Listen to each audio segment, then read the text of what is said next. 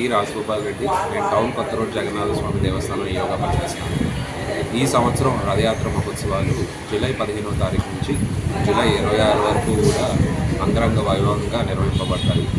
July 16వ తారీఖు ఉదయం 9:30 గంటలకి స్వామివారిని రథం మీద వేయించేసి భక్తులందరికీ కూడా దర్శనం భాగ్యం కల్పిస్తామండి.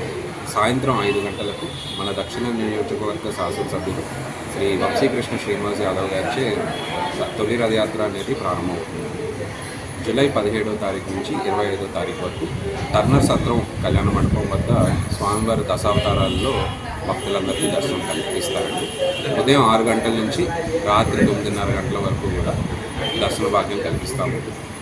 అలాగే ధర్మ దర్శనంతో పాటు 20 రూపాయల ప్రత్యేక దర్శనం, 50 రూపాయల శీఘ్ర దర్శనం, 200 రూపాయల విశిష్ట దర్శనం ద్వారా భక్తులందరూ కూడా దర్శనం చేసుకోవచ్చు.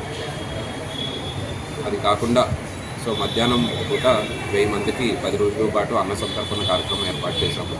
అలాగే సాయంత్రం 4 గంటల నుంచి 9:30 గంటల వరకు కూడా మన సాంస్కృతిక కార్యక్రమాలు ఏర్పాటు చేశామండి సత్రం వద్ద.